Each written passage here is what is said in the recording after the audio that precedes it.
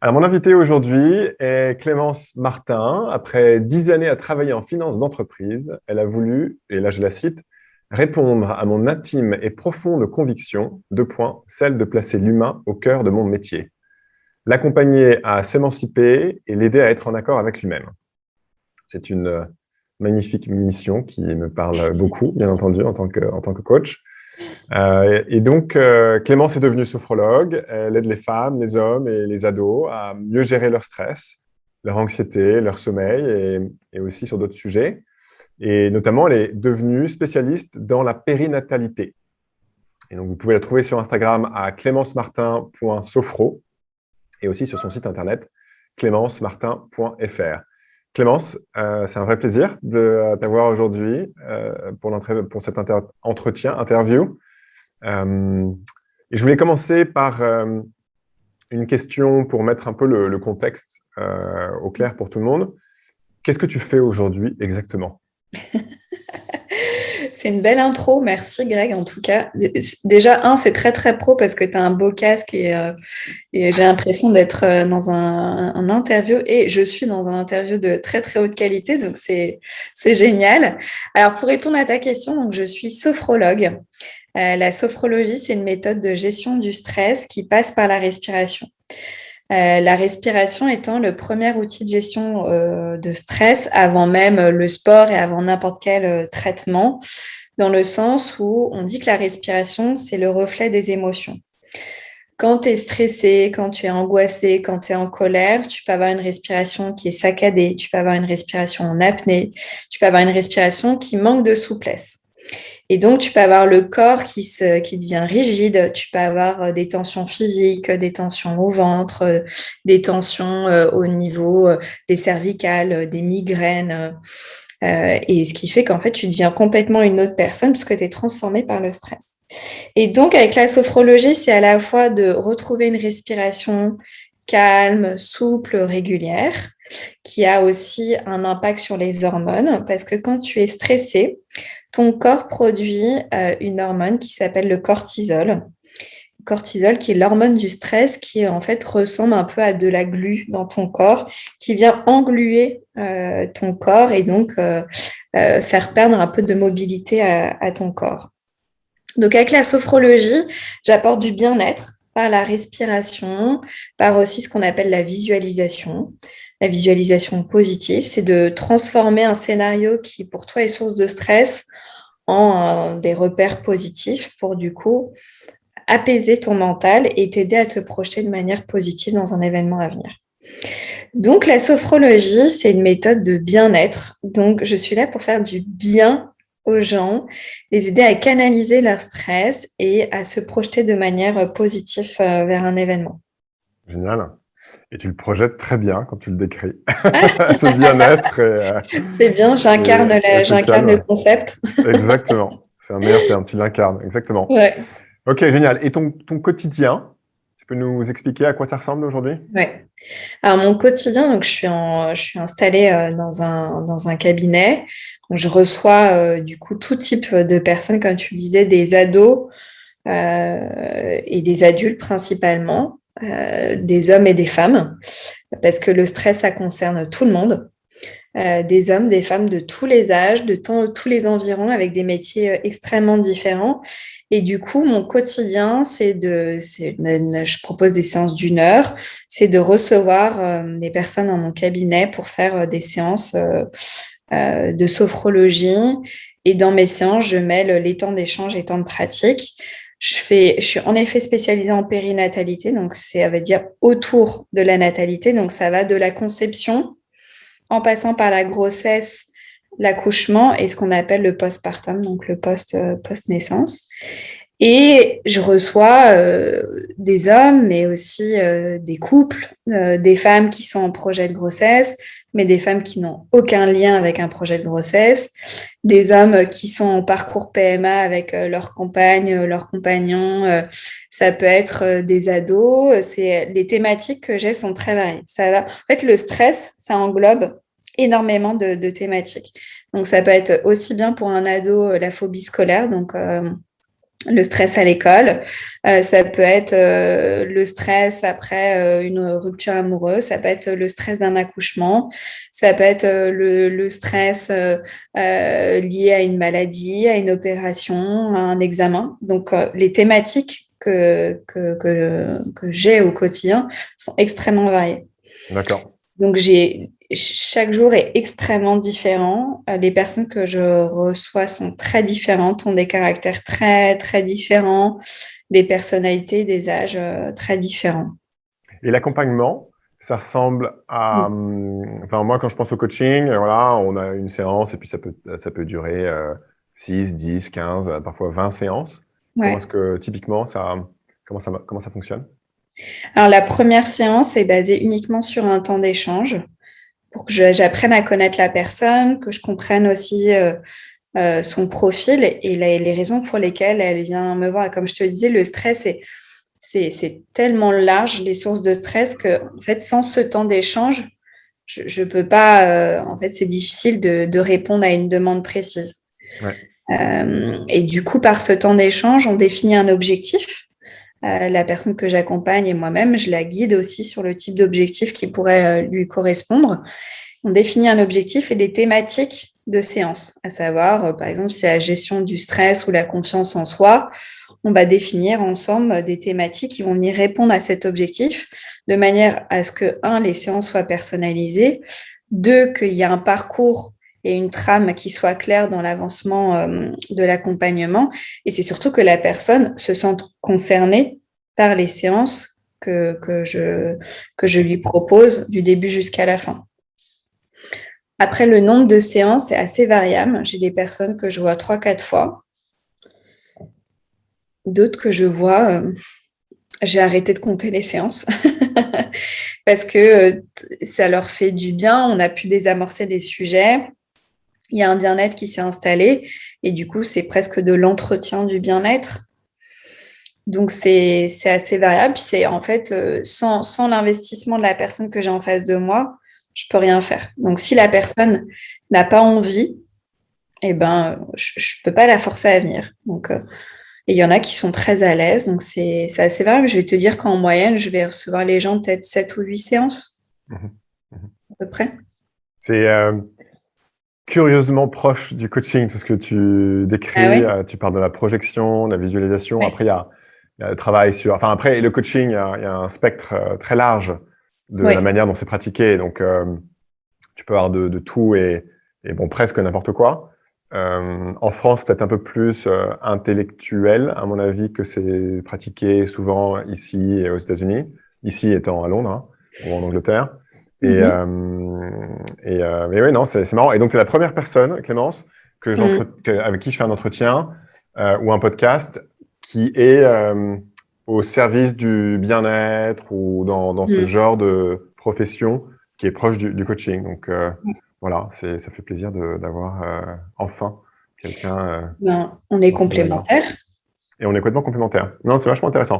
Ouais. Ok, top. Et donc, si on revient en arrière, Ouais. parce que bon, ça c'est là où tu es aujourd'hui, c'est ce que tu fais aujourd'hui, c'est la valeur que tu livres à tes clients. Est-ce que tu Mm. dis patient ou tu dis client? Non, on dit client, en fait, le patient, si tu respectes vraiment la définition du mot patient, n'est réservé qu'au terme, mais enfin vraiment à l'ordre des médecins, aux Ouais, médecins qui appartiennent à l'ordre des médecins.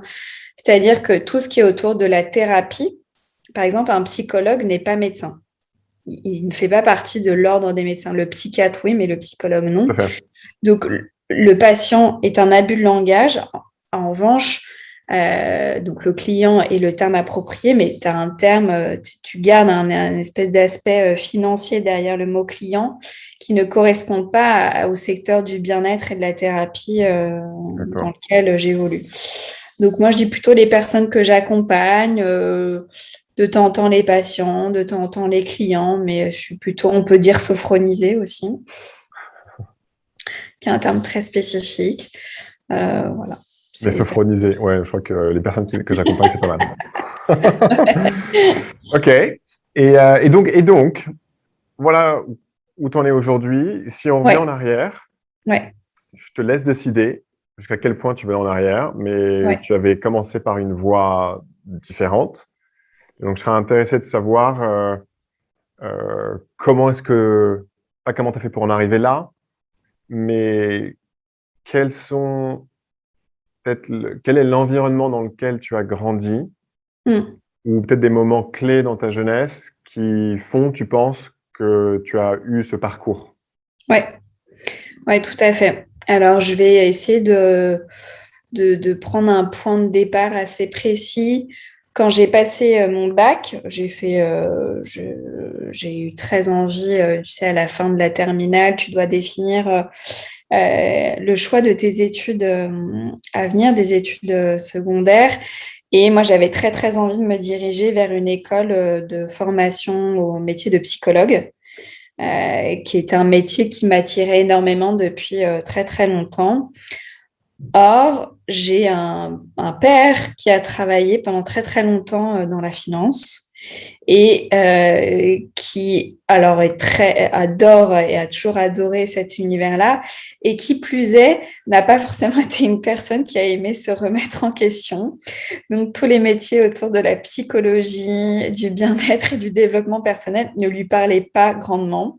Donc du coup, en fait, il me disait: Clémence, mais le métier de psychologue, c'est bouché, tu n'y arriveras pas, il y a trop de psychologues à Paris, vous allez vous marcher sur les pieds, etc.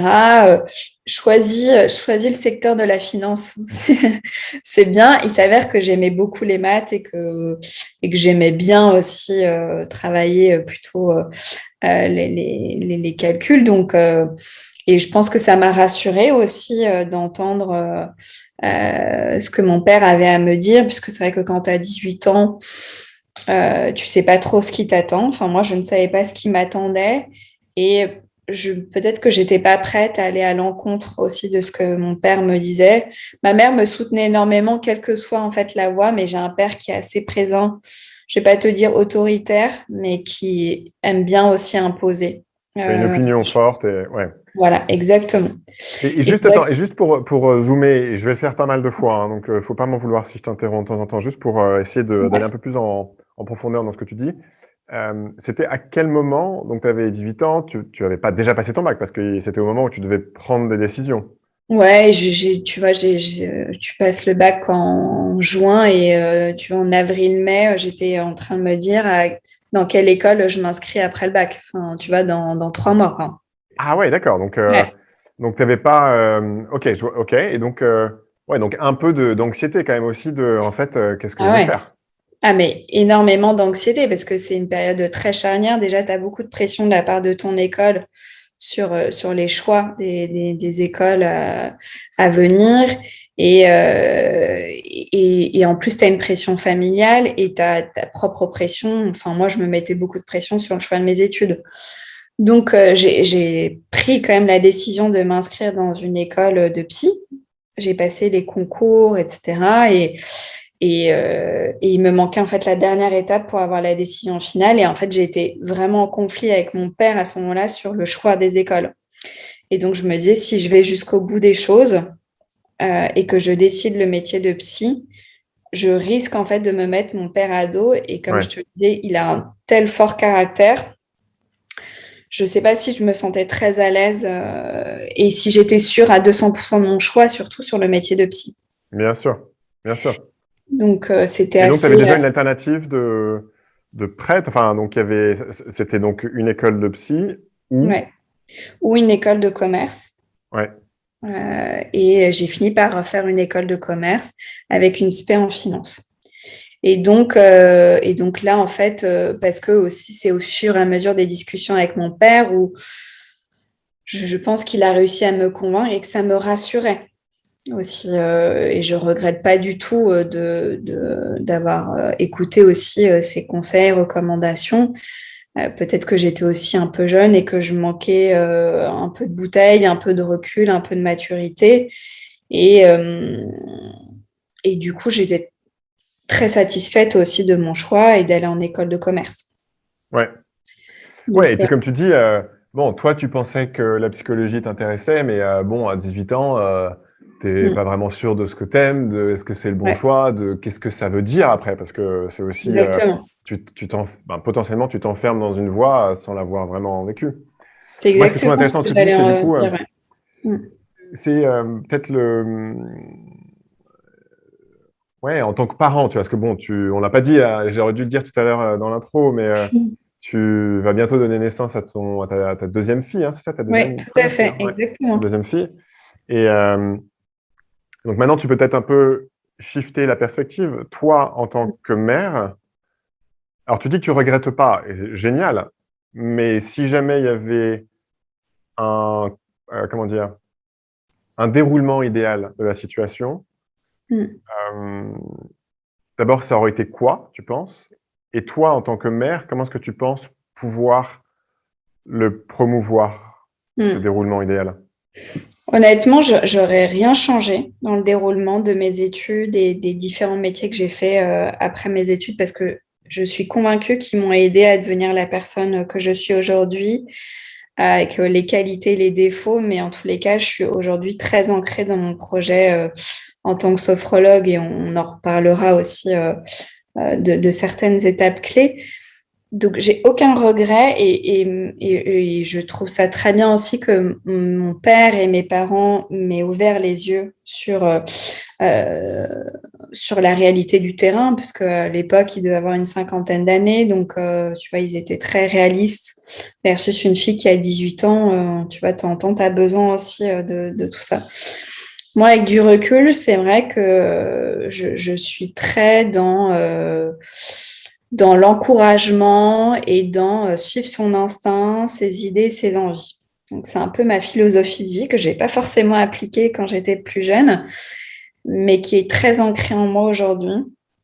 Et donc, en effet, je suis enceinte de ma deuxième fille. Donc, comment je perçois les choses par rapport à mes deux filles plus tard, c'est de leur dire voilà, elles doivent écouter leurs envies et qu'elles, si elles ont besoin de conseils et de recommandations, nous serons là en tant que parents. Et surtout que moi, j'aurai l'occasion de leur dire, écoute, si jamais tu choisis une voie et que finalement ça ne te plaît pas, sache qu'en fait, tout est possible. Il faut que tu t'en donnes les moyens, mais je suis l'exemple même de te dire que tu peux faire un choix de carrière, te rendre compte que finalement ça ne te correspond pas, parce qu'on vit aussi des cycles de vie et que aujourd'hui c'est quand même compliqué dans la société dans laquelle on est de faire le même métier pendant 40 ans. Et donc, je lisais, peut-être que toi, tu connais mieux ce sujet-là que moi, mais il disait qu'aujourd'hui, la nouvelle génération là, qui est en train de passer leur bac allait faire entre 5 à 7 métiers différents dans leur carrière. Donc, en fait, les carrières que nos parents ont vécues, de rester 40 ans dans la même boîte, ça n'existe plus, enfin, c'est plus la réalité. Donc, je m'attends, et peut-être que ça évoluera d'ici là quand mes filles auront l'âge de se projeter dans leur carrière pro, à ce qu'elles fassent un choix et que finalement elles se rendent compte qu'elles ont envie de le compléter par autre chose. Aujourd'hui, tu as des personnes qui sont, je sais pas, dans l'administratif et qui en même temps font une formation en tant que boulanger-pâtissier, tu vois, ou que paysagiste ou qu'ébéniste, tu vois. Donc en fait, tout est possible. Et je m'attends en fait à ce qu'elles aient plusieurs métiers, qu'elles aient envie de changer de voie. Et aujourd'hui, j'en serai le meilleur exemple. Pour moi, ce qui était très important, et ce qui est important pour moi et aussi pour mes filles, c'est de se dire qu'elles vont bosser pendant 40 ans et qu'en gros, si elles subissent leur boulot, ça va être un tunnel qui va être très très long pour elles. Donc, il y a un moment, elles se connaîtront mieux que personne, comme moi, je pense me connaître mieux que personne d'autre, et qu'à un moment, bah, tu te fies à ton instinct. Et si ton instinct te dit que c'est pas le métier qui t'épanouit aujourd'hui, eh ben, il y a tout un champ des possibles. Hmm. Ouais, j'aime bien la perspective d'éviter de subir, en fait, Mm. une carrière ou un métier qui te plaît pas et de se dire, en fait, bah, essaye et puis tu verras. Et puis, de toute manière, c'est aussi, ce que j'aime bien aussi dans ce que tu dis, c'est, tu regrettes pas les 10 ans que tu as eus Mm. parce que ça t'a permis d'être la personne que tu es aujourd'hui. Mm. Et c'est vraiment par ces expériences, on en parlait un petit peu avant l'enregistrement, qu'on apprend, en fait, Ouais. sur soi et qu'on s'enrichit. Et Tu vois, j'ai enregistré un podcast avec deux financiers qui ont monté un restaurant à deux. Mhm. Et ils disaient, mais en fait, moi, je regrette pas du tout d'avoir fait de la finance. Et ils étaient arrivés à des postes où, tu vois, ils gagnaient plein d'argent. Enfin, je veux dire, c'était un choix hyper difficile. Toi, tu parleras du tien, mais ils disaient, mais j'ai aucun regret. C'est limite grâce à ça que Mhm. maintenant, je peux arriver à monter un resto, à parler aux banques, à lever de l'argent, à me Ouais. faire un business plan qui marche et à aller plus loin. Donc, Bah, aucun regret, au contraire. je te rejoins parce que bah, dans l'école que j'ai faite, il s'avère que j'avais un mémoire à faire. Et dans mon mémoire, j'avais un business plan à faire, une étude de marché, une étude de communication, tous les basiques en fait que tu apprends en école de commerce et que j'ai dû appliquer aussi dans le cadre de mes métiers juste après mes études et que pour moi c'était, je vais pas te dire que c'était facile, mais je savais exactement en fait comment m'y prendre. Et je voyais les gens dans ma classe qui Ouais. n'avaient pas du tout eu de parcours, tu vois, aussi formateur et qui en fait s'en mêlaient un peu les doigts. Donc oui, donc c'est quelque chose qui en effet t'a servi Bien et, sûr. ok. Mais donc tu as fait non, et avant d'avancer en fait ce que j'aurais voulu creuser, tu as parlé de suivre ses instincts. Tu disais j'aimerais que mes filles puissent Ouais. suivre leurs instincts. Ouais. Comment est-ce que tu suis tes instincts? Je trouve que, enfin moi, de manière très personnelle, peut-être que chacun a sa manière d'illustrer l'instinct chez lui.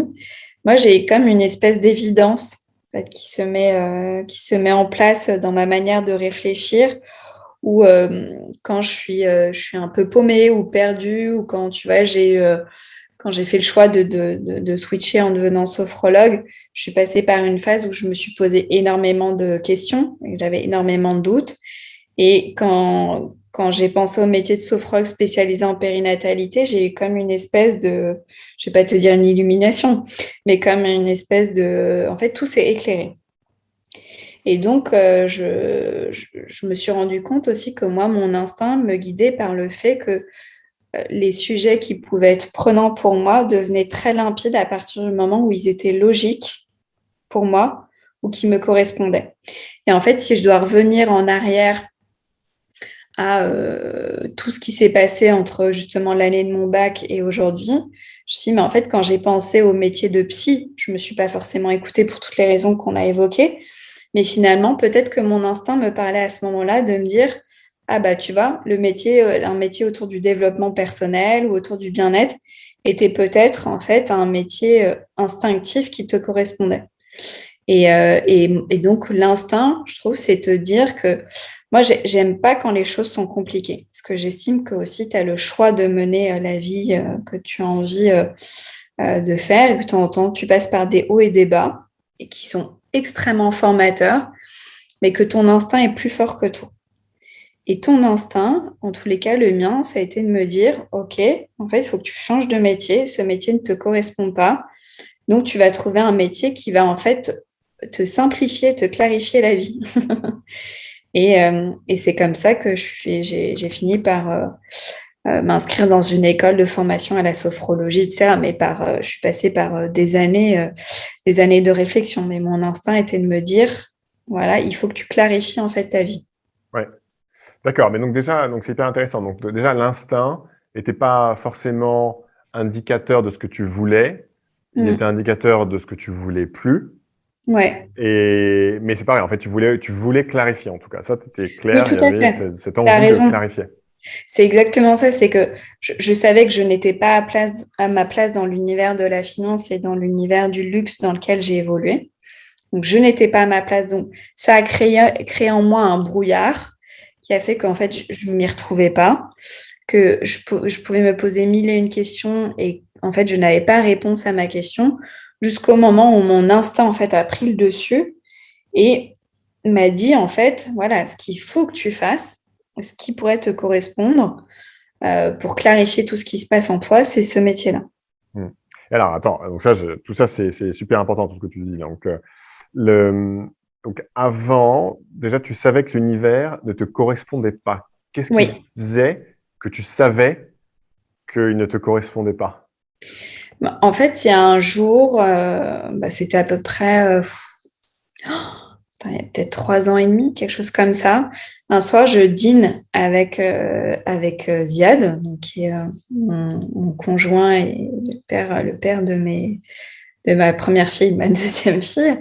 Et je dîne avec Ziad et en plein milieu du dîner, je m'effondre en larmes. Je me mets complètement vraiment à pleurer, à complètement lâcher en fait de nerfs, d'émotions, de frustration, de plein d'émotions parasites qui s'étaient mélangées. Et donc, lui n'en revenait pas. En fait, je pleurais tellement que j'arrivais même plus à parler. Tu vois. Mm. Et je suis quelqu'un d'assez optimiste, assez positif. Et donc, en fait, quand il m'a vu pleurer autant, je l'ai senti complètement déboussolé. Donc, il m'a dit, mais que se passe-t-il? Et je lui ai dit, en fait, je suis plus à ma place dans mon boulot. Je ne peux pas continuer euh, dans l'entreprise dans laquelle je suis, et dans le secteur, et les métiers, etc., que j'ai pu faire avant. Je suis plus à ma place, ça ne me rend plus heureuse. Au contraire, pour moi, c'est source de frustration et de colère, de tristesse, en tous les cas d'inconfort. Et moi, j'aime pas cet inconfort justement émotionnel, parce que aujourd'hui, tu as le choix de mener la vie que tu veux aussi, tu peux t'en donner les moyens. Et donc, je lui ai dit, en fait, là, ça y est, j'ai bossé 10 ans, il me reste 30 ans à bosser. Si je continue à bosser pendant 30 ans dans cet univers-là, je vais me rendre malheureuse. Et j'avais pas envie d'être dans cet état d'esprit, j'avais pas envie de subir. Et j'avais pas mal de personnes dans mon ancienne boîte qui se plaignaient du quotidien, du rythme, du contenu des missions, de la hiérarchie, enfin voilà, tout ce que peut euh, correspondre à la vie en entreprise. Et moi, je ne voulais pas faire partie de ces gens qui se plaignent, mais qui ne sont pas dans l'action, en fait, du changement. Et donc, pour moi, ça a été un vrai déclic aussi, cette conversation que j'ai eue avec Ziad, où je lui ai dit, écoute, pour l'instant, j'ai pas de métier clair en tête, mais je sais juste qu'il faut que je change parce que je ne veux pas rester dans cet état-là. J'ai pas envie de subir. Et du coup, ça a été une étape importante en fait de mon changement, sachant que chaque année, je me disais, je ne suis pas à ma place, mais je ne sais pas quel est le métier précis que j'ai envie de faire. Je sais qu'il sera autour du développement personnel, autour du bien-être. Et moi, le secteur de la périnatalité était aussi devait être vraiment complémentaire de mon changement de carrière. Donc, en fait, j'englobais toutes ces thématiques-là. Mais j'avais pas ce déclic qui correspond à mon instinct qui me disait c'est ce métier-là. Et pourtant, je faisais des recherches, je démarchais des gens sur LinkedIn, je prenais des verres même avec des psys, je les démarchais j'avais rencontré des sophrologues, j'avais rencontré d'autres personnes autour du bien-être et de la périnatalité, des sages-femmes, des directeurs de crèches, de micro-crèches, etc. Ouais, Et il me manquait en fait vraiment ce le petit déclic. déclic Ouais. qui s'est passé après chez moi. Mais donc ces rencontres dont tu parles là, elles Mm. étaient avant ou après ce dîner avec Ziad? Les deux. D'accord, donc déjà tu étais dans une démarche de je veux autre chose et Ouais. je veux savoir ce que c'est. Bah, je me souviens, tu vois, quand j'étais en l'avant-dernière entreprise que j'ai faite avant de changer de carrière, je me rappelle que certains matins, j'arrivais plus tôt pour faire des recherches sur les métiers autour du bien-être, du développement personnel. Tu vois, tu entends une demi-heure.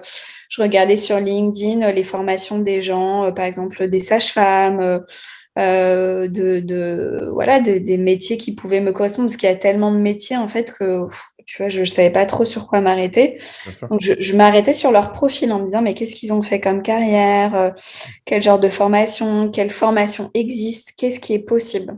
Ouais, et puis tu es en finance, tu n'as pas beaucoup de temps pour toi.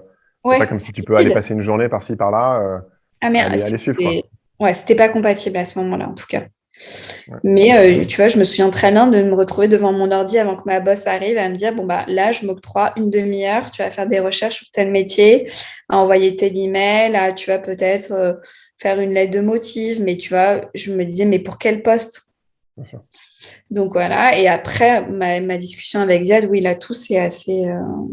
Et attends, avant que tout se déroule plus simplement, Ouais, juste le bien-être, la périnatalité, déjà tout ça, tu avais des thèmes qui ouais. venaient. D'où ils venaient ces thèmes? Comment est-ce que tu les as identifiés?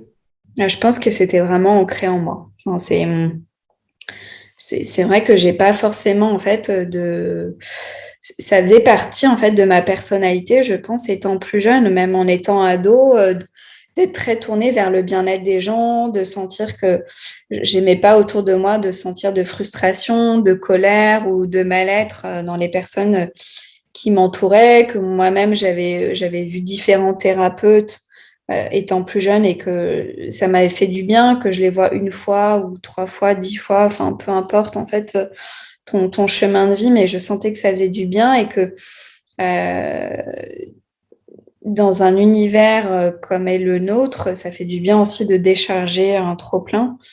Et je sentais qu'il y avait trop de frustration et pas assez de bien-être en fait autour de moi. Donc je sais que j'étais très sensible à ça. Maintenant, j'arriverai même pas à te dire à quel moment c'est entré dans ma vie, tellement je pense que c'était inné en moi assez jeune. Et l'univers de la périnatalité, c'était mais vraiment pareil quand j'étais ado. Donc j'étais même pas maman, j'étais pas en Ouais. couple. Enfin, j'étais très très loin de la vie aujourd'hui que j'ai, où c'est un peu plus rationnel et c'est très ancré dans l'univers, en tous les cas pour ma part, de la périnatalité. Donc, je pense que ça faisait vraiment partie de moi. J'adorais lire des livres sur les sages-femmes, sur l'univers de la maternité, sur les grossesses. Et quand j'étais à la campagne, ma grand-mère avait un très très vieux livre sur la périnatalité qui était dans ma chambre. Et je me souviens que le soir, je feuilletais les chapitres de ce livre sur la maternité et la périnatalité d'il y a quasiment 100 ans, puisque ça appartenait à ma grand-mère. Donc, tu vois, c'était quand même il y a très, très longtemps. Et pour autant, j'ai été fascinée. Mm. Tout ce que j'adorais, je sais pas, dans les brocantes, pareil, quand on allait à la campagne, tu sais, il y a des vides-greniers, des vieilles brocantes, etc. C'était les poupées, c'était les poussettes. C'était de faire des babysitting. Enfin voilà, moi, en fait, je me suis tournée naturellement vers ce que j'aimais. Mm. Ok, bah c'est génial. C'est génial que tu le dises comme ça. Voilà, c'était ancré en toi et Ouais, tu l'as laissé un peu s'exprimer dans tes recherches. Et tes tout à recherches, fait. elles ont pris combien de temps avant ce dîner? Juste pour les gens qui écoutent, tu vois, c'est aussi intéressant d'avoir une perspective parce que parfois, ça peut paraître tellement long, cette Ouais, c'est période long. de recherche, ouais. Et donc, Ouais. ce qui serait intéressant, c'est de savoir, avant ce dîner où, voilà, il y a le trop-plein qui a débordé, Ouais. t'as- il y a eu combien de temps d'exploration, de recherche, de Ouais, c'est doute? intéressant. Ouais. Ouais, écoute, je vais te dire qu'entre, je sais pas, pendant peut-être 3 ou 4 ans, de manière assez régulière, Ouais, je me disais, je ne suis pas à ma place. Je ne sais pas ce que je vais faire, mais j'ai besoin d'être quand même active dans une recherche, en tous les cas, d'y voir un peu plus clair. Donc, je vais te dire que par exemple, je sais pas, peut-être tous les 2 ou 3 mois, bah, je passais, je sais pas, une petite dizaine d'heures, tu vois, à faire des recherches sur des métiers, à l'époque, il n'y avait pas de podcast, mais tu vois, il y avait LinkedIn, il y avait, enfin, tu vois, j'échangeais pas mal aussi avec des copains de mes parents. Je me ouais, souviens qu'il y avait beaucoup plus, tu vois, d'accord. d'expériences qui m'ouvraient sur certains métiers. Et puis, de temps en temps, je me disais, non, mais en fait, aucun métier ne me correspond. Et puis, j'arrêtais les recherches en me disant, mais où est-ce que ça va Ouais, me mener? Enfin, ouais, j'en voyais pas le bout, tu vois. ouais. Et peut-être il me fallait encore, tu vois, un déclic encore plus profond pour être encore plus tenace dans mes recherches. Et je me souviens très bien, tu vois, que je commençais mes recherches et au bout d'1 heure, je me disais, non, mais attends, mais en fait, rien ne me parle, mais où je dois chercher, enfin, où je dois en venir, où est-ce que ça va me porter? Enfin, j'étais complètement perdue, enfin, tu vois, c'était Alors que vraiment... tu parlais à des gens, enfin, Ouais, tu avais une vraie démarche active. ouais, parce que Ouais, tout c'est. m'intéressait en même temps. Hmm. Et Et puis, donc, ce qui est un peu dur, c'était... c'est. Hmm. Ça peut être désespérant d'être dans Ah dans ouais, cette circonstance où tu es là. En fait, je sais que je veux pas être là où je suis aujourd'hui dans mon travail ouais, et je cherche au bout de 3-4 ans. C'est long, Ouais. 3-4 ans. Ah, mais aujourd'hui, j'accompagne des femmes, notamment des jeunes mamans, et très souvent, quand tu deviens maman, tu changes de perspective professionnelle puisque tu as envie d'autres responsabilités, tu as envie de découvrir d'autres choses. Et elles me disent, mais comment tu as fait pour changer de carrière et combien de temps ça t'a pris? Je me dis, mais ça a pris du temps en fait. Pensez pas que parce que sur mon compte Instagram, au début, j'ai expliqué mon changement de carrière, les étapes clés, etc. Mais pensez pas que ça a pris 6 mois.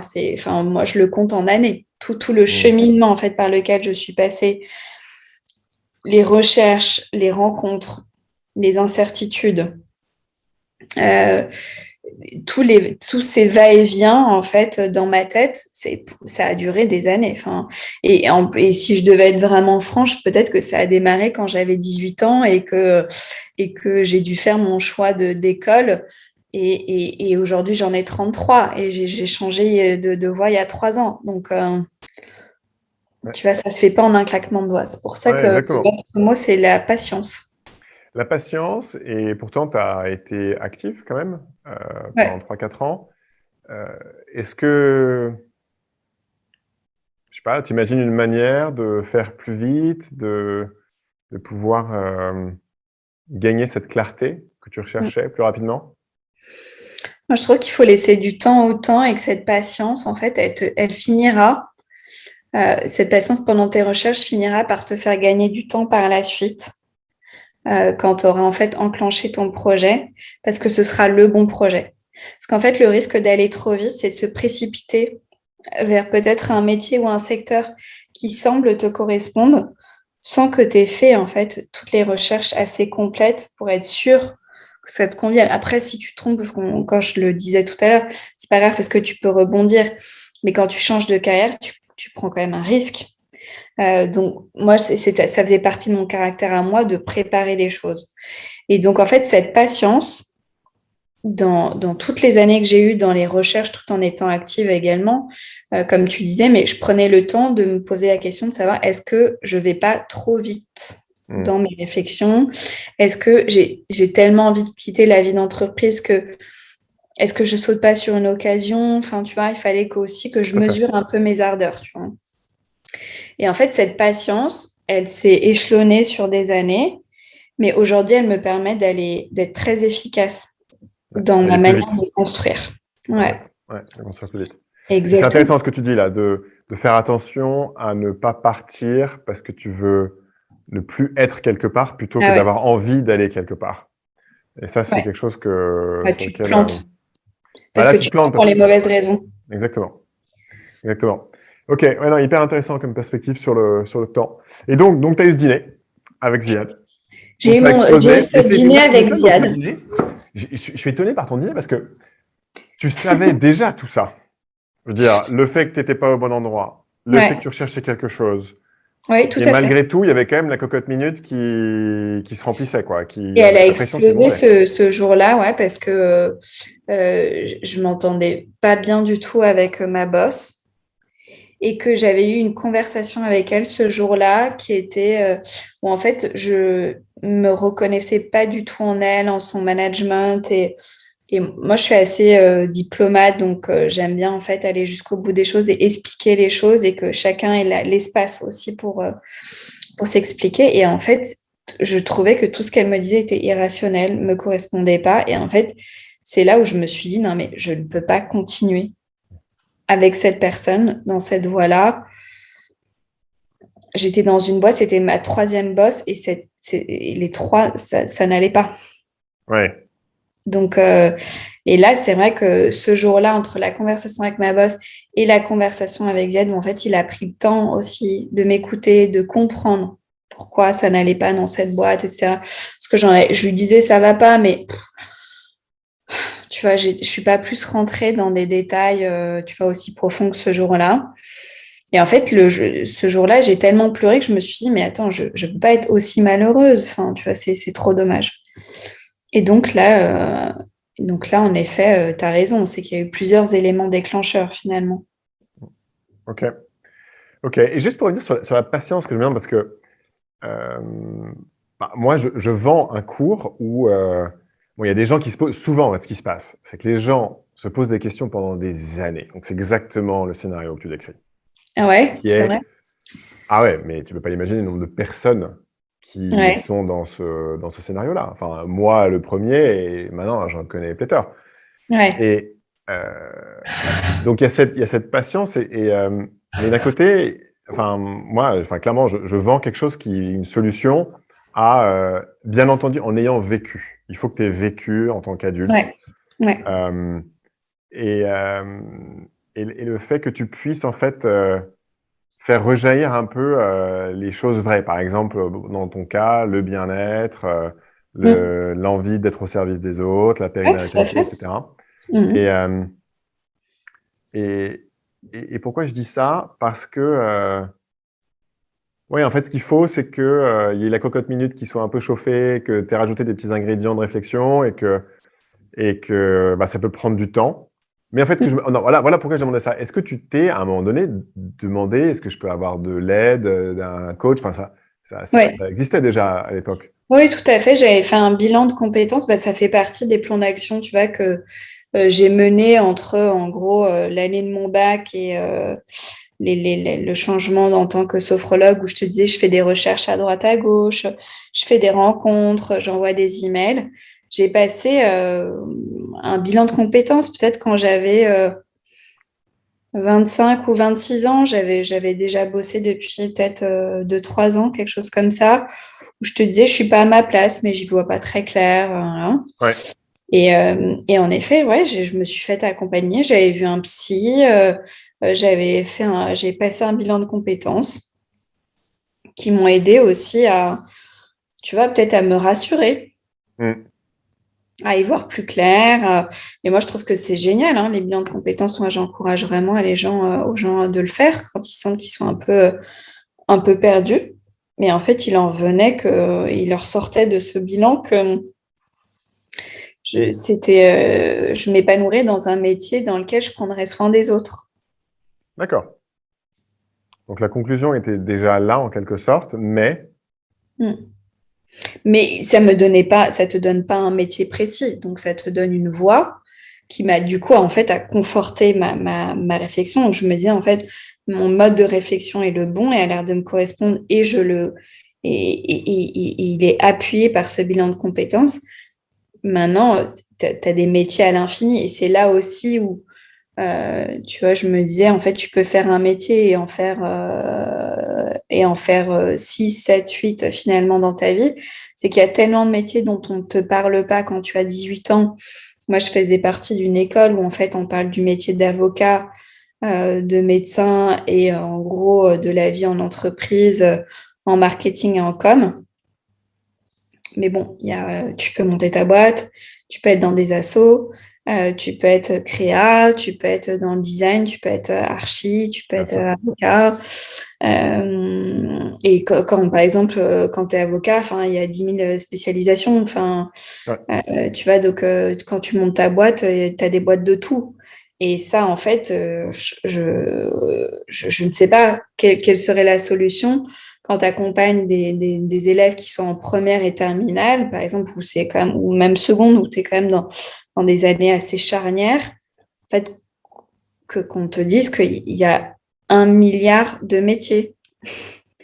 Et que en fait, c'est pas grave si t'es pas médecin ou si t'es pas dans les règles de l'art, tu vois, des métiers très traditionnels. En fait, il y en a tellement plein d'autres.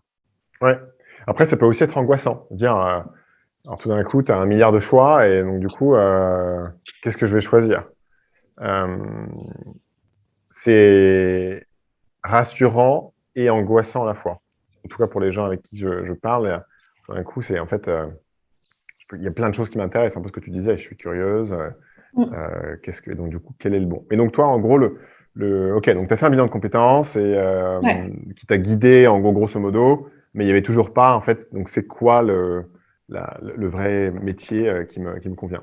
Et donc tu as eu ce dîner, alors on en revient encore, désolé, j'arrête pas de faire des tangentes, mais donc tu as eu ce dîner avec Ziad, donc là, clairement, ça a été un appel beaucoup plus fort Ouais, pour l'action, tout j'imagine. à fait. Alors qu'est-ce qui s'est passé? Et, et ça a été une étape clé dans ma réflexion. Et en fait, le lendemain, j'ai enclenché des démarches de recherche très, très actives, très, très poussées en fait, sur tous les métiers ou vraiment ce que j'avais fait de manière sporadique pendant quelques années. Là, en fait, j'ai fait la liste des métiers qui me plaisaient. Et j'ai fait des recherches, tu vois, un peu en mode toile d'araignée où du coup, j'éliminais aussi ma manière de fonctionner. Il s'avère qu'en fait, au moment où j'ai dîné avec Ziad, j'étais enceinte, que je ne le savais pas. Donc, j'ai découvert quelques semaines après. Et le fait d'être enceinte, du coup, de démarrer un nouveau cycle de vie, je me suis là, en fait, je me sentais obligée de prendre les choses en main. Et je me disais, je ne dirai pas à mon enfant que j'ai subi ma vie pro. Et donc là, j'ai vraiment enclenché les recherches. J'en ai parlé à personne parce que en fait, je voulais que ma décision soit la mienne, comme la décision de faire une école de commerce et de faire une spé finance et d'aller dans l'univers de luxe et de la finance venait de mes parents et que finalement, elle ne me correspondait pas. Là, je me disais, si je fais un changement, je veux l'assumer à 100%. Et donc, en fait, j'en ai parlé à personne, même pas à Ziad, que j'enclenchais des recherches hyper poussées, des heures et des heures de recherche, je faisais des dossiers entiers de métiers, d'écoles, tu vois, dans lesquelles m'inscrire, est-ce que ça me correspondait? Enfin, fallait qu'il y ait ce déclic, mais que ça vienne de moi. Et ça, c'était une chose dont j'étais sûre, c'est que si je m'éparpillais dans les recherches en parlant aux uns et aux autres, il y en a qui allaient me dire, oui, mais c'est 5 ans d'études à refaire, oui, mais tu gagnes pas assez, oui, mais est-ce que ça te correspond vraiment? Est-ce que tu es sûr que ça vaut la peine de changer de métier? Est-ce que tu n'es pas bien là où tu es, etc. Et chacun a sa vision des choses et c'est très bien. Mais là, en fait, j'étais pas prête à l'entendre puisque ça ne me correspondait pas. Donc, je savais que, en fait, si je faisais un choix, je l'assumerais à 100% parce qu'il viendrait à 100% de moi. Et donc là, pareil, j'ai fait des recherches pendant plusieurs mois. Tu vois, donc finalement, ça a été long aussi, mon changement. Attends, je voulais juste faire une remarque Moi, ça m'a vachement touché ce que tu as dit là, sur le fait que tu voulais plus subir et que tu assumerais ton choix à 100%. Et en fait, ça me rappelle le travail d'un type que j'aime beaucoup, qui est le fondateur de Conscious Leadership Group, et qui a écrit un bouquin qui s'appelle The 15 Commitments of Leadership, je crois. Les 15 engagements du leadership. Et le premier engagement, c'est « je prends totale responsabilité ». Ouais. Et c'est exactement ce que tu décris. C'est en fait, OK, même s'il y a des gens qui vont vouloir me donner des conseils et tout, en fait, c'est à moi de définir mes critères, de définir ce que je vais chercher. C'est moi qui crée mes dossiers. Et en fait, le sujet, c'est moi. La meilleure personne pour me conseiller, c'est moi. Ça rejoint deux concepts. Un, je voulais pas subir, comme je te le disais. Et deux, en fait, tu es maître de ta vie. Donc, en fait, tu vois, je pars du principe que tu peux vivre les choses les plus atroces de ta vie, mais c'est à toi aussi tu vois, de voir le côté positif des choses et formateur de la vie sans que tu cicatrises jamais à 100%, tu vois, d'une vraie blessure. Donc, il y a des choses que tu vis qui sont hyper dures. Comme il y en a qui se plaignent à longueur de journée pour des broutilles. Donc, tu as le choix aussi de mener la vie que tu as envie de mener.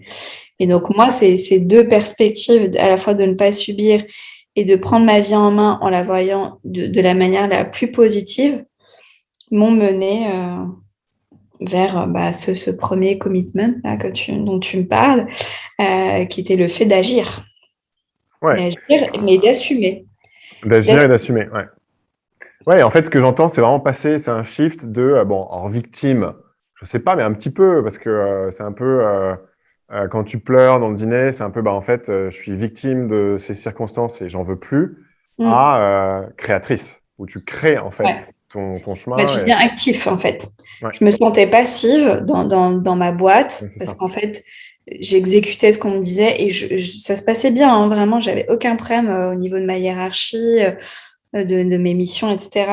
Mais je me sentais passive, j'avais l'impression de ne plus apprendre, de ne plus être curieuse, de complètement m'éteindre. Tu vois, ce côté passif, mais de m'éteindre complètement intellectuellement, même physiquement, tu vois, d'être passive en allant au boulot, de dire oui à ce qu'on me disait sans me challenger davantage, à une position où je me suis sentie active et actrice, en fait, surtout tu vois, de mon projet.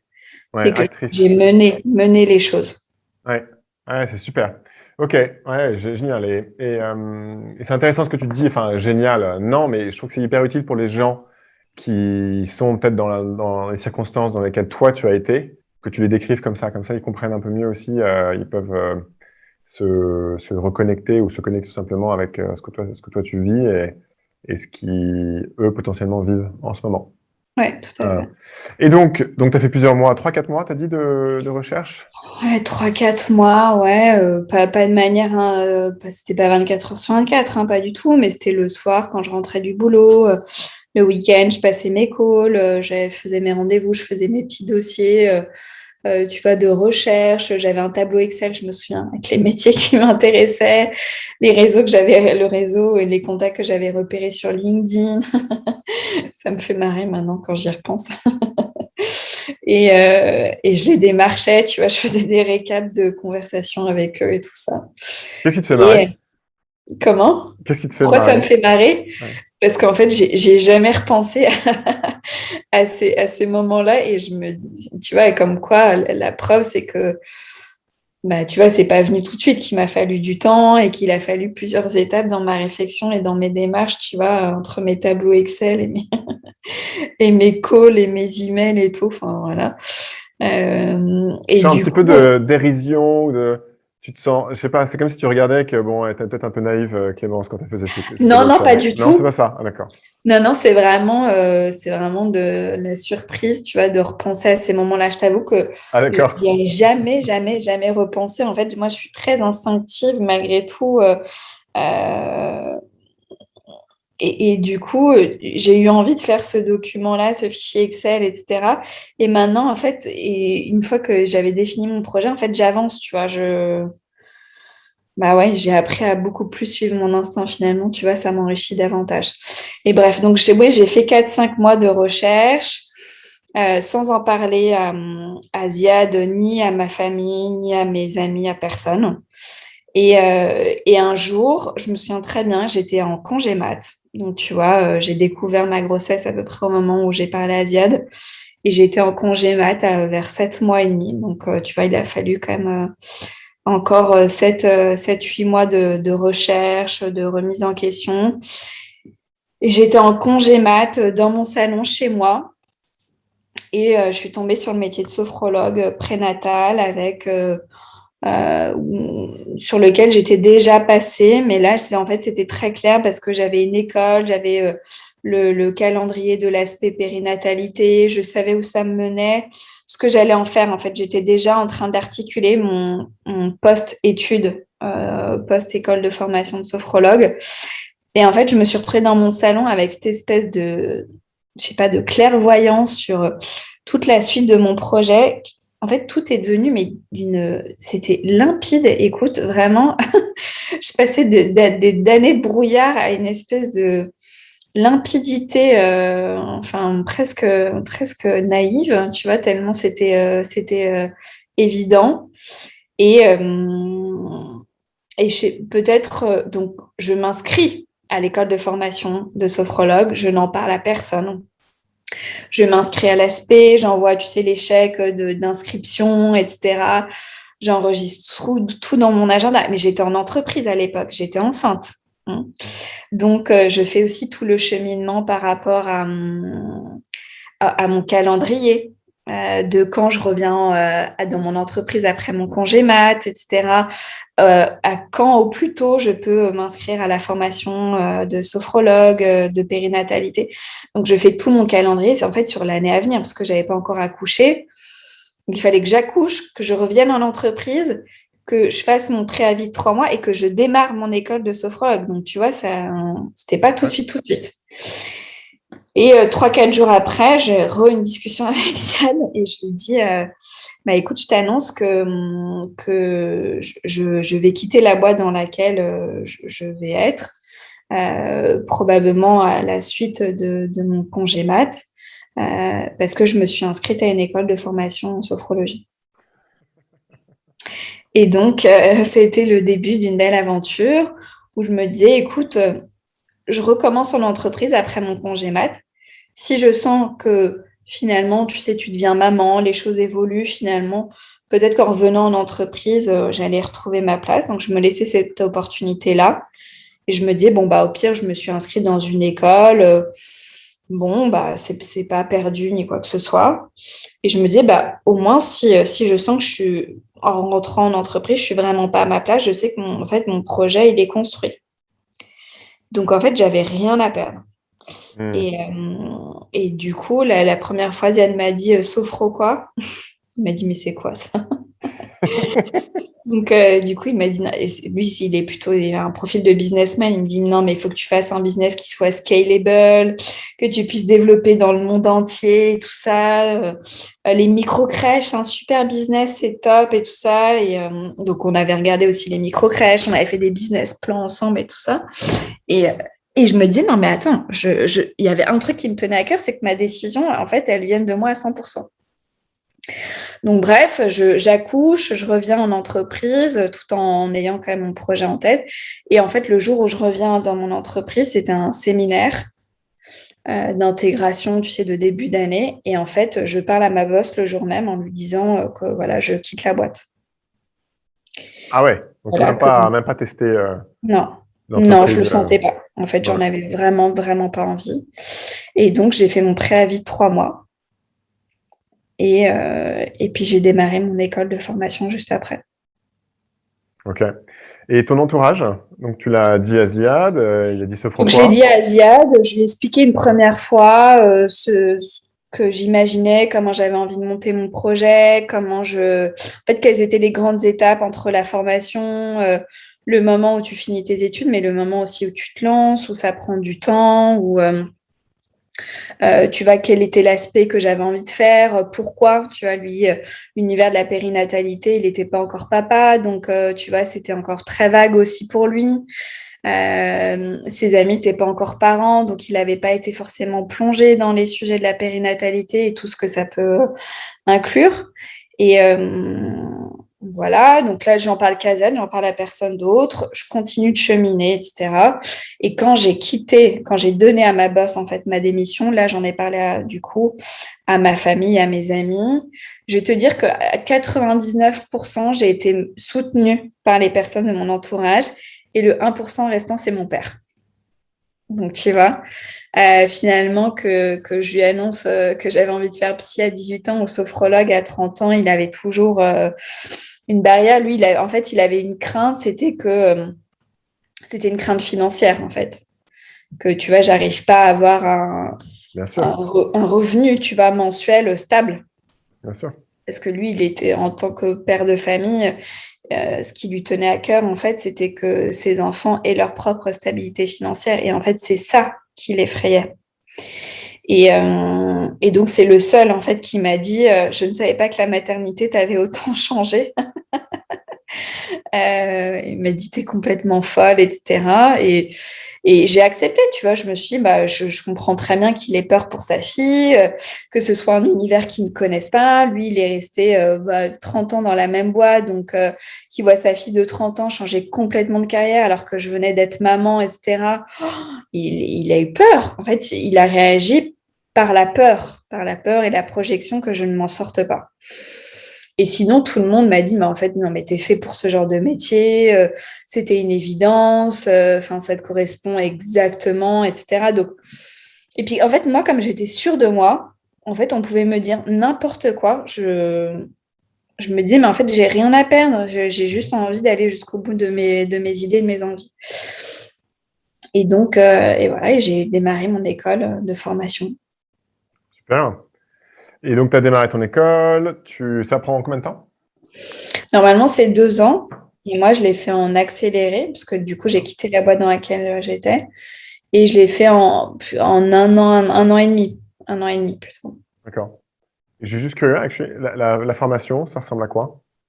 La formation, en fait, a toute une partie très théorique sur la sophrologie. Ça rejoint plusieurs pratiques, en fait, autour du bien-être, plusieurs courants aussi. Donc, tu as une grosse partie théorique sur les histoires, les dates clés, en fait, de l'histoire de la sophrologie, mais du bien-être, de l'hypnose, des grosses opérations médicales, enfin, voilà, tous les courants autour du bien-être auxquels la sophrologie s'est inspirée. Et après, tu as une grosse partie de pratique où en fait, tu as une cinquantaine d'exercices. Tu as des cas aussi, ce qu'on appelle les anamnèses. En fait, c'est les premières séances que tu fais, c'est tout le contenu, toutes les questions clés, comment diriger ton accompagnement, de la première séance à la dernière séance. Quelle logique, en fait, comment faire ressortir les infos clés en fonction des accompagnants, parce que tu as des personnes qui disent je viens vous voir pour ça, et en fait, tu te rends compte que c'est pas ça le sujet, c'est autre chose. Et c'est surtout de la pratique. Et après, tu as un dernier volet sur toute la partie entrepreneuriale. D'accord. Comment monter ta boîte, comment monter ton business model, comment faire ta com, ta fisca, ton mémoire, tu vois, tout ça. Tout à fait. Tout à fait. Et donc, tu as fini ton école au bout d'un an et demi. Et Ouais. après, tu t'es lancé. Ouais, bah après, j'avais mon mémoire à écrire. En fait, pour le mémoire, tu as, deux accompagnements de minimum 8 séances à faire. D'accord. Du coup, tu as 16 séances à faire, plus À faire en tant que pratiquante, ouais, du coup. Ouais, en tant que d'accord. sophrologue. Ouais, En tant que sophrologue, d'accord. Ah, d'accord, donc ça c'est bon, bah, c'est super, ça c'est un peu, vas-y, on te lance exactement. on te lance dans la mer avec une petite bouée, quoi. Voilà, après, tu as un business plan à faire, je sais plus sur combien d'années. Je crois que c'était sur les 2 premières années, parce qu'en fait, tous les métiers autour de la thérapie, généralement, on te dit qu'il te faut 2 ans pour créer ta patientèle ou ta clientèle. Donc, j'avais un business plan à faire sur 2 ans, tout un plan de com aussi, parce que le métier de sophrologue, en fait, il existe depuis une cinquantaine d'années, mais il s'est énormément développé ces 5 dernières années, parce qu'on évolue de plus en plus dans un univers très anxiogène, très stressant. Et les Français et peut-être les Anglais sont de plus en plus friands aussi de tout ce qui est thérapie, prendre soin de soi. Donc la sophrologie, c'est beaucoup développé, mais il reste encore beaucoup de travail de com à faire. Donc Ouais. j'avais un plan de com à faire, j'avais une étude de marché aussi à faire. Ah, mais c'est Euh, des super exercices pour se préparer. Ouais, Faut avoir une ouais, idée parce de, en qu'en fait, ça fait, ils ressemble à veulent être quoi, là. sûrs que quand tu passes ta certif, en fait, tu as réfléchi à tout l'aspect business aussi. Bien Parce sûr, qu'en pour fait, en tu vivre, fais quoi. ton métier, voilà, pour Ouais. en vivre, exactement. Et donc là, ça fait combien de temps que tu as fini, disons, comment tu dis, pas ton essai, Ah, mon ta mémoire, dissertation, ta ouais, mémoire, mais mémoire. il y a un an et demi, en fait, j'ai démarré mes premières séances en tant que sophrologue certifiée en novembre 2020, donc il y a un an. Ah ouais, Mm. d'accord. Et donc là, t'en es où? Et là, bah, moi, c'est vrai que j'ai eu la chance, en fait, de tout de suite avoir, en fait, une clientèle qui s'est faite très vite parce que mon compte Instagram, en fait, dans lequel je parle de ma reconversion, de la sophrologie, de ce que c'est que la sophrologie, ce que ça peut apporter, comment ça fonctionne dans le cadre du quotidien, mais dans le cadre de la périnatalité, de parler de mon expérience aussi de cheminement, de réflexion, etc. En fait, je l'ai construit au moment où je me suis inscrite dans mon école de sophrologie. Donc, tu vois, un D'accord. an et demi avant. Et en fait, du coup, les gens s'étaient abonnés au fur et à mesure. Et donc, en fait, au moment où j'ai été certifiée et que j'ai pu m'installer dans un bureau qu'on m'a prêté, en fait, j'ai tout de suite eu des demandes. Parce que les gens se sentaient concernés par les postes ou se voyaient, tu vois, s'identifiaient. Et donc, en fait, très, très vite, Génial. j'ai pas eu de période de creux, en fait, Et où la alors période donc, de démarrage a été vite. j'ai envie de te demander, ton papa, qu'est-ce qu'il en dit maintenant? Eh ben, tu vois, encore hier, il m'en parlait, il me disait qu'il était super fier. Franchement, il pensait pas, tu vois, que j'arriverais déjà aussi vite, de manière aussi stable. Euh, Et en plus, là, comme je suis enceinte et que j'accouche là d'ici 2-3 semaines, il s'avère que j'ai dû mettre un terme aussi aux accompagnements que j'effectuais et de refuser des nouveaux accompagnements. Et il m'a dit, ouais, c'est quand même, ouais, il m'a dit, tu t'en sors quand même très bien. Et puis, en fait, il voit que je m'épanouis. Il s'avère qu'il part du bouche à oreille. Il sait qu'il y a certaines personnes que j'accompagne qu'il connaît parce que c'est des enfants de nanana, qu'ils ont des retours, enfin, il a des retours très positifs sur ma manière de fonctionner, de travailler, etc. Et que l'aspect financier qui l'effrayait au début, du coup, là, le rassure. Génial. C'est un beau Donc, du coup, j'ai retournement. 100% voilà, d'encouragement autour de moi. Les 1% qui me manquaient étaient mon père et ça y est, il a rejoint le camp. Belle manière de convaincre. Ouais. Génial. Et donc, non, je Et sais je dis plus quoi ça, te Greg, demander. et en Ouais, même temps, ça n'est pas le cas de tous les sophrologues. Il faut se donner les ouais, moyens. C'est là aussi où je veux en venir, parce que tu vas me dire, c'est génial, je reçois tout le temps des emails de filles qui me disent, j'ai envie de devenir sophrologue spécialisée en périnatalité. Je l'ai énormément travaillé, mon projet. C'est-à-dire que chaque étape à vivre, je savais comment j'allais l'aborder, quels pouvaient être les revers aussi, tu vois, de mon projet, comment je devais absolument aborder mon projet pour qu'il ait un sens, pour qu'il soit rationnel, pour que je sois aussi, parce que je bosse avec des gynécos, des sages-femmes, tu vois, des thérapeutes, etc. hmm, Donc, il faut que tu arrives à convaincre un gynéco, si tu veux, qui a fait 12 ans d'études, euh, que tu peux être utile aussi à ces patients, tu vois. Donc, en fait, il faut que tu aies un projet qui tienne la route. Il faut que tu aies un projet qui soit stable. Il faut que tu bosses parce qu'en fait, les premiers accompagnements que tu fais, ils sont quand même assez, je vais pas te dire décisifs, mais tu es face à des gens qui sont en parcours PMA depuis 5 ans, face à des personnes qui ont des ouais, cancers, face à des ados qui pleurent parce qu'ils sont en phobie scolaire et qui, du coup, veulent plus aller à l'école. Donc, en fait, si toi, tu n'as pas bossé, ouais. Ouais, les enjeux sont élevés. bah, en fait, tu peux très vite aller dans le mur. Ouais. Ouais, dis donc, ouais, la barre, elle est très vite haute. Enfin, tu parles de Ouais. sujets, tu peux pas avoir des sujets beaucoup plus importants dans la vie, Ah quoi. non. Non, il faut que tu travailles ta posture, il faut que tu travailles ton contenu de séance. Moi, toutes les séances, je les travaille en amont. Tu vois, je fais des récaps de séances, je sais exactement où je vais. Enfin, je travaille avec un réseau de médecins, tu vois, qui viennent compléter mon suivi. Donc là, aujourd'hui, je suis très heureuse et très épanouie. Mais les formations, je les faisais le week-end, je bossais le soir, je me suis donné les moyens. Et donc ça, il faut pas oublier que voilà, ça se fait pas en un claquement de doigts, qu'il y a des moments où c'est pas facile, qu'il faut que tu assumes ton choix et que, en fait, mais je vais te dire, ça concerne tous les métiers.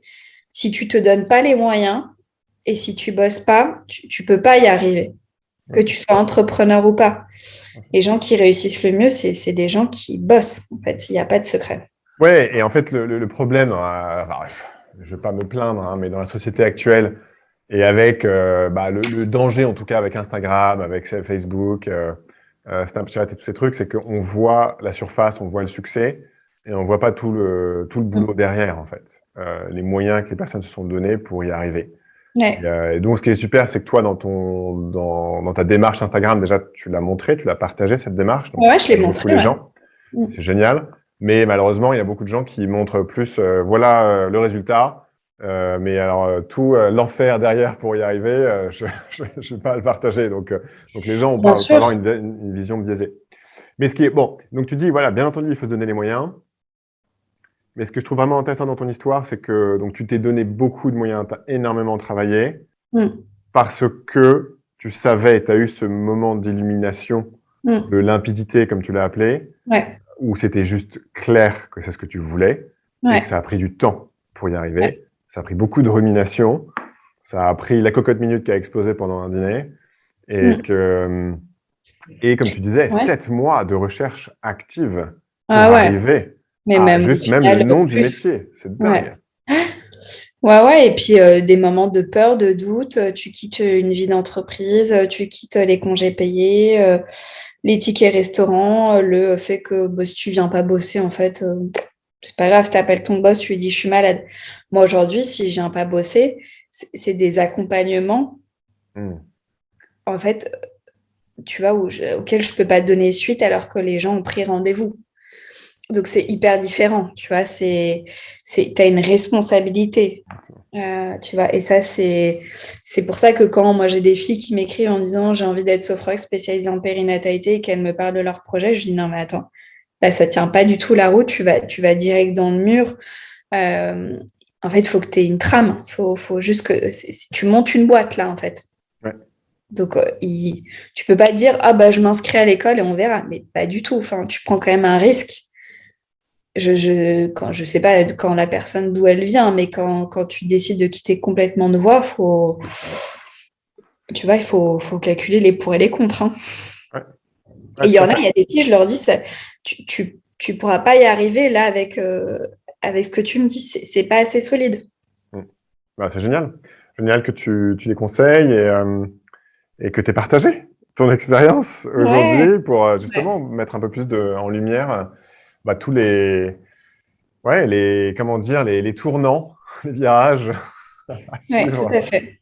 pour arriver à quelque chose qui a beaucoup de sens pour toi et qui l'impression, te donne beaucoup de joie. Est-ce qu'il y a autre chose, je sais pas, dont on n'a pas parlé, que tu aurais aimé évoquer? Non, en fait, faut pas avoir peur. En fait, quand tu te plantes, bah, finalement, ça permet de mieux rebondir. Et tout ce que j'ai pu traverser avec des moments de peur, de doute, d'incertitude, d'instabilité, en fait, m'ont rendue plus forte. Et en fait, il faut pas avoir peur de se tromper. Même si ça paraît effrayant, finalement, c'est assez. Enfin, moi, ça m'a énormément aidé. Donc, de se tromper, donc là, tu parles de tes 10 ans en finance. Ouais, ouais, ouais. Et puis de te dire, je pensais que ce métier serait fait pour moi, ou par exemple être intéressé par tel métier et te dire, oser, par exemple, moi j'adorais le métier de sage-femme, finalement, ça ne me correspondait pas pour plein, plein, plein de raisons. Oser te dire que ça ne te correspond pas, Mhm. parce qu'il y a plein d'autres solutions. Après avoir essayé. Ouais. Ouais. Ou même dans ta réflexion, Ouais. tu vois, ne pas se précipiter, prendre le temps. Ne pas avoir peur de se tromper dans ses réflexions. C'est ça aussi que je dis, c'est aussi bien dans l'action, mais dans les réflexions. Ouais, tout à fait. Être très, comment on dit, très honnête envers soi-même. Je réfléchis parce que, tu vois, j'ai fait une séance de coaching tout à l'heure et dans une démarche de changement de carrière. Et, et un des exercices que je fais, c'est de faire écrire sa raison d'être.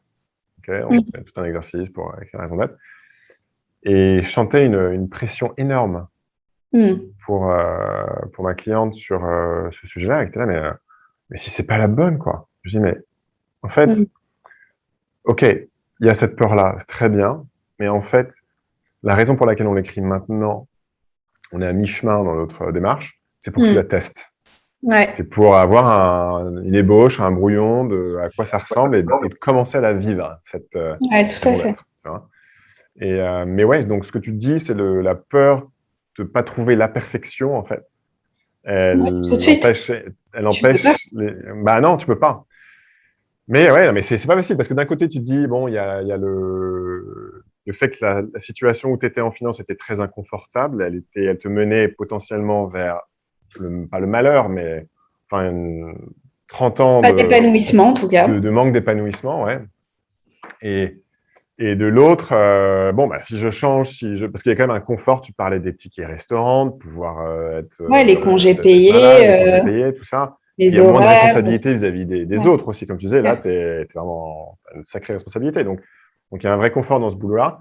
Mais du coup, tu te dis, bah, pour passer ce cap, comme c'est un inconnu énorme, je veux avoir le truc que toi, tu as trouvé, en fait, quand même.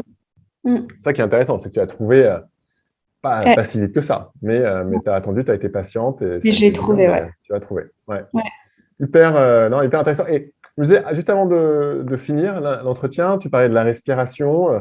Est-ce que, Mm. alors justement, on parle de l'angoisse, là, on parle de la peur, et tu disais que c'est un des sujets clés sur lesquels tu travailles.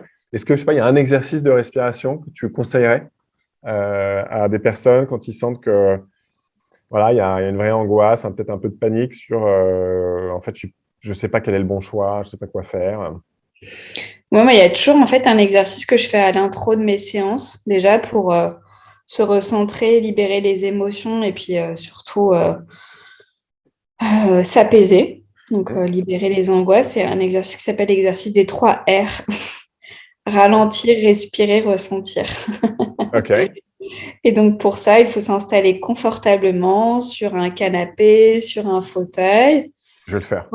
Je vais te le faire. Relâche ta tête, relâche ta nuque, tes épaules, ton bras, ferme les yeux. Sens tout ton corps se relâcher, se détendre. Et tu vas inspirer par le nez comme si tu remplissais ta cage thoracique et ton ventre d'oxygène. Et tu vas expirer par la bouche, tout doucement, comme si tu avais une paille entre les lèvres et que tu voulais vider tout l'air que tu as dans ton ventre. Et tu reprends une deuxième fois. Inspire par le nez. Et expire par la bouche le plus longuement possible. Imagine la peau de ton ventre qui vient coller la peau de ton dos, comme si tu vidais vraiment tout l'air qu'il y a dans ton ventre. Et tu vas le faire une troisième et dernière fois. Inspire et expire à ton rythme. Inspire par le nez et expire par la bouche.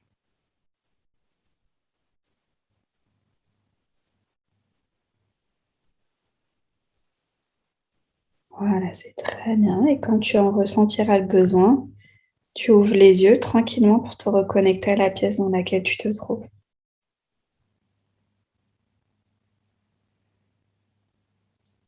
J'aurais dû faire au début, ce truc.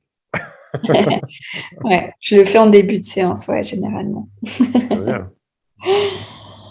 Voilà, Super. merci Greg en tout cas. Merci Clémence. Est-ce que Merci à j'ai pu toi. C'est répondre à super. toutes tes questions? Écoute, comme je te dis, j'avais pas de questions préécrites, Ouais, des questions pré-inscrites, on va ouais. dire. Mais ouais, tu as animé et assouvi ma curiosité. Ah ben, j'en Donc, suis merci. ravie.